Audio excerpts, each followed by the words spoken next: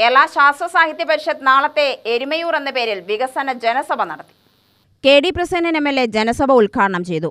കൂടുതൽ വ്യക്തതയോടെ പരിഷത്തിന്റെ സംസ്ഥാന വീക്ഷണത്തെ സംബന്ധിച്ച് ഇവിടെ ഉദ്ഘാടന സെഷൻ സംസാരിക്കുന്നു.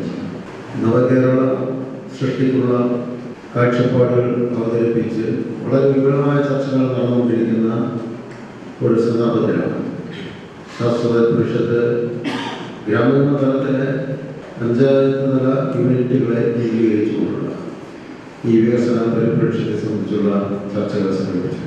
അത് നവകേരളത്തിന് വേണ്ടിയുള്ള മുന്നോട്ട് പോയി ഏറെ സഹായകരമാവും എന്ന കാര്യത്തിൽ യാതൊരു തർക്കവുമില്ല. ഇവിടെ എരുമയൂർ ഗ്രാമപഞ്ചായത്തുമായി ബന്ധപ്പെട്ട് നിലവിലുള്ള ഒരു സ്റ്റാറ്റസിനെ വെച്ചുകൊണ്ട് ഈ വരാൻ പോകുന്ന കാലത്ത് നമുക്ക് എന്തെല്ലാം ചെയ്യാൻ കഴിയും എന്നതനുസരിച്ചുള്ള ഒരു ചർച്ച പ്രാഥമികമായി ഇതിൻ്റെ റിപ്പോർട്ടിൻ്റെ ഭാഗമായി ഇവിടെ സമർപ്പിക്കുന്നു.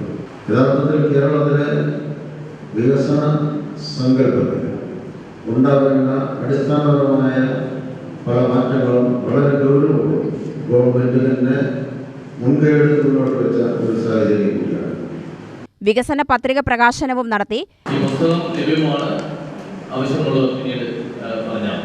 ബ്ലോക്ക് പഞ്ചായത്ത് അംഗം VV കുട്ടിക്കൃഷ്ണൻ അധ്യക്ഷത വഹിച്ചു.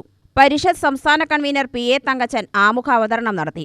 V മുരളി കൃഷി, ശ്രീനിവാസൻ വിദ്യാഭ്യാസം, V സതീഷ് കുമാർ പട്ടിക വിഭാഗം, ശശികുമാർ വയോജനം തുടങ്ങിയവർ വിവിധ വിഷയങ്ങളെക്കുറിച്ച് സംസാരിച്ചു. പരിഷത്ത് ജില്ലാ കൺവീനർ C മുഹമ്മദ് മൂസ ക്രോഡീകരണം നടത്തി. മേഖലാ സെക്രട്ടറി B പ്രസാദ് നന്ദി പറഞ്ഞു.